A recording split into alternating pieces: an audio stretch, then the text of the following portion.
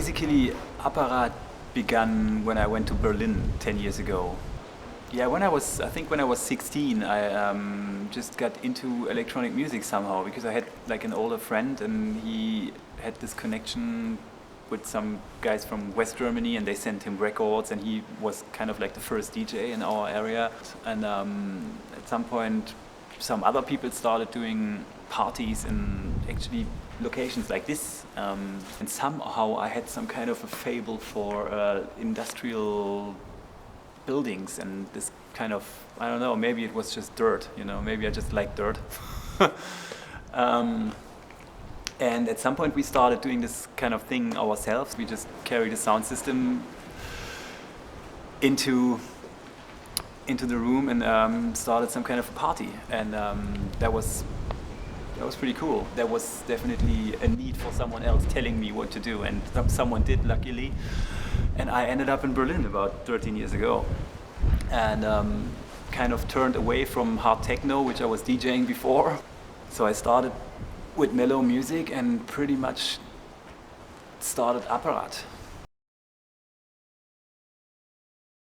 Yeah, since I'm not really into beats and crazy banging stuff in the studio, I don't know, it suits me better to just sit there and work on a certain sound for a very long time. And also a few years ago I was way more nerdy than these days and I was just programming a lot of stuff, which was also part of sound design because I was basically programming a weird patch for 2 or 3 days. It's not really connected to making music, it's just nerdy stuff. And then a little while later there was actually some sound coming out of this thing and it made me pretty happy. And it was a weird sound, a new sound.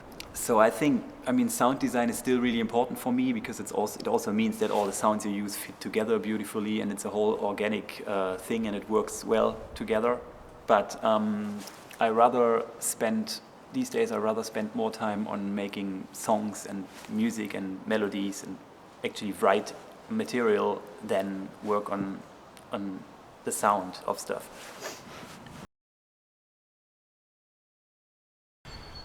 I think I've always been trying to include little organic noises and little mistakes in my music, which I think makes it a little bit more human. And I think that's why people, like the majority of people, really like acoustic music, because all these sounds aren't really perfect. There's lots of little dirt, and if you play a guitar, you hear like noises from the fingers, or if you listen to a piano piece, you hear the guy breathing while he plays, and you hear like different parts of the piano which aren't really supposed to make sounds, but all this kind of stuff makes the actual piece of music rich and makes it a little bit more human.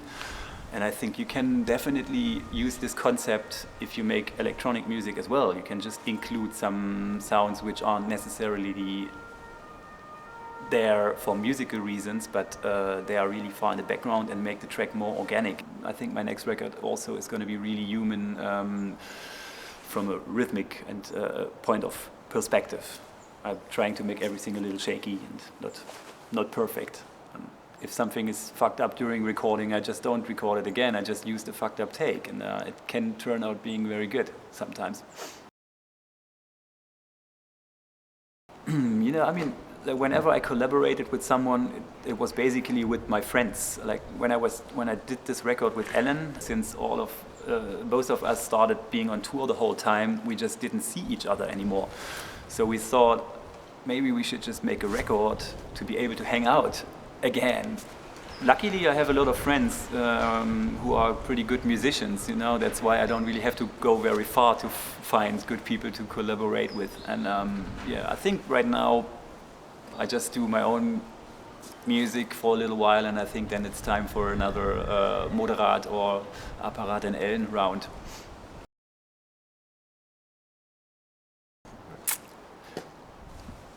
When I'm not Apparat, I hang out in like weird industrial buildings and stuff. And I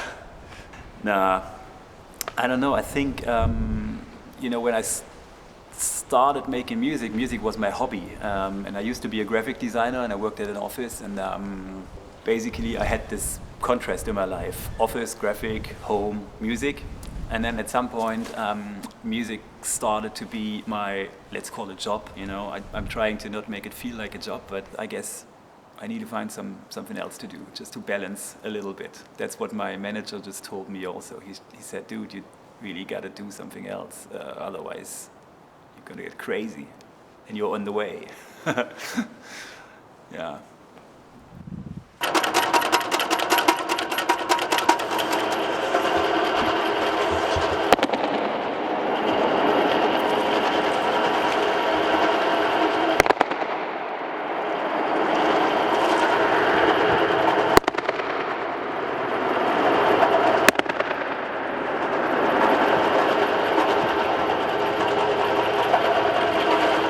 So ungefähr die abgefahrenste Klangkulisse, die man sich nur irgendwo vorstellen kann.